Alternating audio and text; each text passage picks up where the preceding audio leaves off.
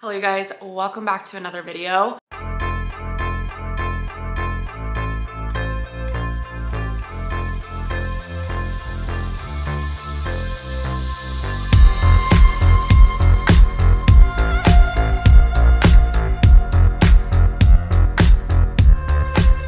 Today's video has been highly requested. Today we're going to be talking about how to get into running as a beginner or just how to become a runner in general. I started my running journey in March of 2024. So I've been running for about 6 months now, and I went from not being able to run a mile at all to being able to run anywhere from 2 to 4 miles with ease. And I did want to make a disclaimer that I do not think of myself as like an advanced runner. I am still very much a beginner runner. And I'm not super educated on like the physics or the health science and all that stuff that goes behind running. So I'm not giving medical advice, health advice, any of that. I am just simply giving advice on what has helped me be able to run. So with all that being said, let's jump into it. This is my 3 things that I highly suggest investing in if you are gonna seriously start running. Obviously, first things first is a good pair of running shoes. I run in Hoka's. I absolutely love Hoka's. I talked about these before. What I love about Hoka's, aside from the fact that they're super cute, on the website, you can go and like search for the type of shoe you're looking for. Shoes that you can run on like dirt trails with or run like in the city with. They have so many different types of shoes, and they have shoes that are meant for running and shoes that are not meant for running. So definitely could just do some research on the website and find the shoes that are going to be the best bet for you. You also don't have to buy Hoka's. There's obviously cheaper versions. There's so many different types of brands out there. I'm just going off of what I use. Currently, I am wearing Gaviota 5s, and I absolutely love them. I bought these, I want to say like 6 months ago, and they've been holding up great. I just washed them and I feel like they kind of low-key look brand new. But yeah, so a good pair of running shoes is definitely going to be an essential. A running vest is definitely something that I would consider investing in, and these aren't even that expensive. I think I got this running vest on Amazon for like $35. It has so many pockets, it holds all of your stuff, and this one specifically comes with a little water bottle that you can tuck in this pocket right here. I love my running vest. I know a lot of people like make jokes on TikTok about like they feel silly wearing a running vest because they're out here like running 2 miles. I don't really think it matters. You could be running half a mile. It's so nice to go for a run and not have like a bunch of stuff in your hands and like have somewhere to put your stuff. I never had anywhere. I would always like run with my phone in my hand, or I would stick it in my bra or whatever. So having a running vest is great, and it also straps the boobs down, because I know that's one question I get all the time is how I run as like a big chested girl. So this is great because it's also kind of an extra strap down for the girls, if you know what I mean. Okay, last thing that I think is a great investment for running, and again, this is not a necessity, is an Apple Watch. I wear this every single time I run, obviously just to track my distance. So those are my necessities for what you need to get started. But again, you don't need anything. If you want to just go out and run, you can always do that. Okay, now we're gonna go over my tips for actually running. I have a little list that I made right here. First things first, when the first time you get started, the first time you're gonna go for a run, you need to do like a run/walk. Don't go out there and be like, okay, I'm gonna run a mile straight. It's not realistic for your body and like your heart rate and all that. It's just, you're not gonna be able to do that. Again, you might be able to, but you're gonna gas yourself out. You're gonna make yourself tired.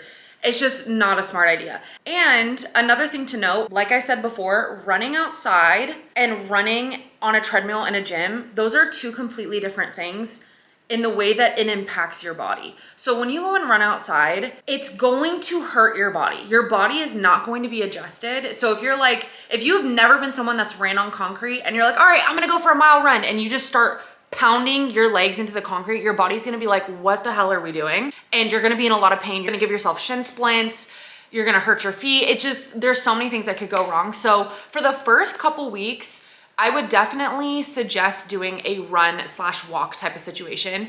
I know that there's a lot of like apps out there. Like I know there's like the Run to 5K app. You can do that. Again, that's definitely not necessary, but that is something that you could try. The Run to 5K app I know gives you like walking and running intervals, and it'll like walk you through it, the whole workout. So that's a great option if you are like not sure what pace to do or whatever. But when I started, I literally just went outside, I had my Apple Watch on, and I would run a block and then I would walk a block, and I would run a block and walk a block. And I did that for a couple of weeks. So I definitely think that that's a great way to ease yourself into it. And then as you go on your runs and you start to improve, obviously just increase the amount of time that you're running. And that way you're not shocking your body, and your body has time to build up a tolerance to the impact that you're taking when you are running on the concrete. Okay, my next tip is don't go too fast, too quick. And I know this from experience. I have tried to up my mileage too fast and I've ended up hurting myself. Like I said, when you're running out on the concrete, your body's taking a lot of an impact. And if you have been running like 1 mile for the past month and your body's really adjusted to that and that started to feel easy, slowly increase it. Don't be like, okay, I'm running a mile, I feel great, now I'm gonna try and run 3 miles. No, no, no, no, no. You need to do slow increases. So if you want to get your mileage higher, work on like once you're running a mile, then work your way up to 1.25, then work your way up to 1.5 miles, and then work your way up to 1.75, and just slowly work your way up instead of just going out there and trying to run super far distances. I have hurt myself twice. I hurt myself when I ran my 5K, and then when I was training to run a 10K, I ended up injuring myself really bad because I was just trying to do too much too fast. Take your time with increasing your mileage, and just remember that there's no distance that you have to beat. There's no timer that you have to beat. There's no race that's set. It's just you working with yourself, not even against yourself. It's just you working with yourself to try and become a better runner. So there's no time limit. There's no goal that you have to reach by a certain amount of time. Take your time and do what feels good for you. Okay, my next tip for you guys is take breaks when you go on your run.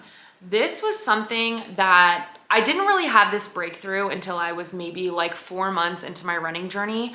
I was so convinced that I needed to run my runs all the way through without stopping, or I wasn't a real runner.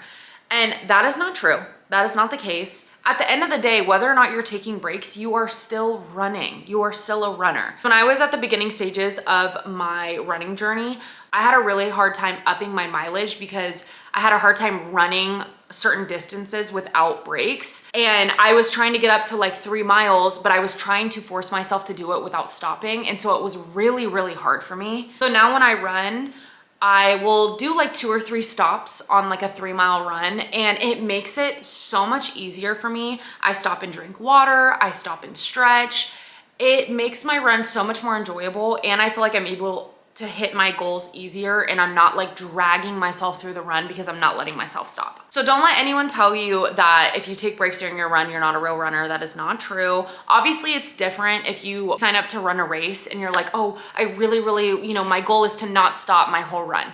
That's different, but on your everyday runs where you're just going out and running during the week, there's no reason that you can't stop, and I promise it's gonna make your run more enjoyable. And if you're someone that really wants to be a runner that can run your runs all the way through without breaks, that's totally fine if that's your goal. That's not my goal. So again, do what works best for you. Another tip I have is don't be too focused on how fast you're going. When I go running, I just focus on distance rather than how fast I'm going, especially because with women, in our cycles, that can affect how fast we're running. Like there's so many things that can affect the type of run that you're having that day and how fast you're going. And it's super easy to get down on yourself if you set a certain pace that you want to run at and then you don't hit it. I try to just focus on my distance when I go for my runs. And then that way I'm not tiring myself out to beat a certain pace.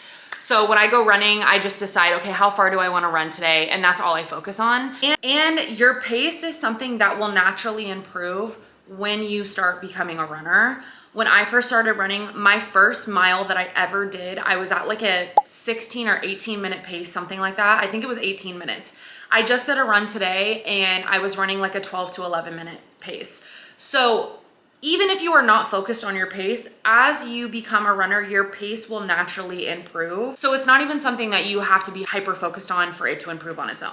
Okay, I wanna touch on one more thing, and then I'm gonna take you guys on a run with me to show you guys the process. If you want to avoid injuring yourself, you need to prioritize rest and recovery. When you get home from a run, I highly recommend stretching or using a massage gun. This is the gun that we have. This is a Theragun, and I absolutely love this thing. I just turn it on and I massage my legs. I will stretch on my yoga mat, I'll use my massage gun, massage my legs, and that is always super helpful. And sometimes if I feel like my legs are hurting a little bit more than normal, I will use ice packs on my legs. Recovery is super, super important, and so is rest. So when you first start out, I know a lot of people, they get excited and they're like, okay, I'm gonna go run like 5 days this week. I definitely don't recommend doing that. I personally still, even being 6 months into my running journey, I only run like maybe 4 times a week. I try to do at least 1 or 2 days in between my runs, so that way my legs don't get too overworked, too tired. I avoid shin splints, I avoid straining my muscles. So definitely prioritize resting and recovery in between your runs. When you first start out, I would set yourself on a schedule of running, like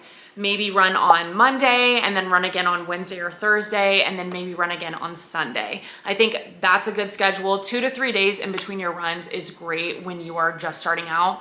Now I can do 2 days in a row if I wanted to, but I try to go at least 1 or 2 days in between my runs. Okay, that is gonna be it for my tips and tricks for getting into running. Now I'm gonna take you guys on a run with me and show you the process, show you how it goes. So let's go for a run.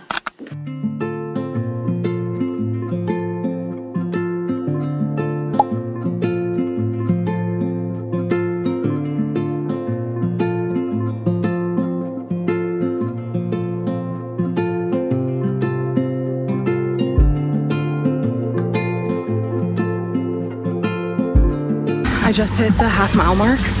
I'm going to drink some water and stretch my legs because I have really tight calves. And then I'm gonna get back to running. I just stopped for break number 2. I'm doing 2.5 miles today and I just hit 1.25. This is gonna be my last break. I'm gonna run the rest of the way home, but I'm gonna stretch, drink some water, and then finish this run. Okay, I just finished my run. I'm back home. My first pace was 12:21, and then my second mile pace was 11:53. And when I first started running, I think my first mile that I ever did, my pace was like 17 or 18 minutes. So this is your sign that you will improve. And thank you guys so much for watching. I hope this video really helps you guys and encourages you guys to get into running and learn to enjoy it. And I will see you guys in the next video.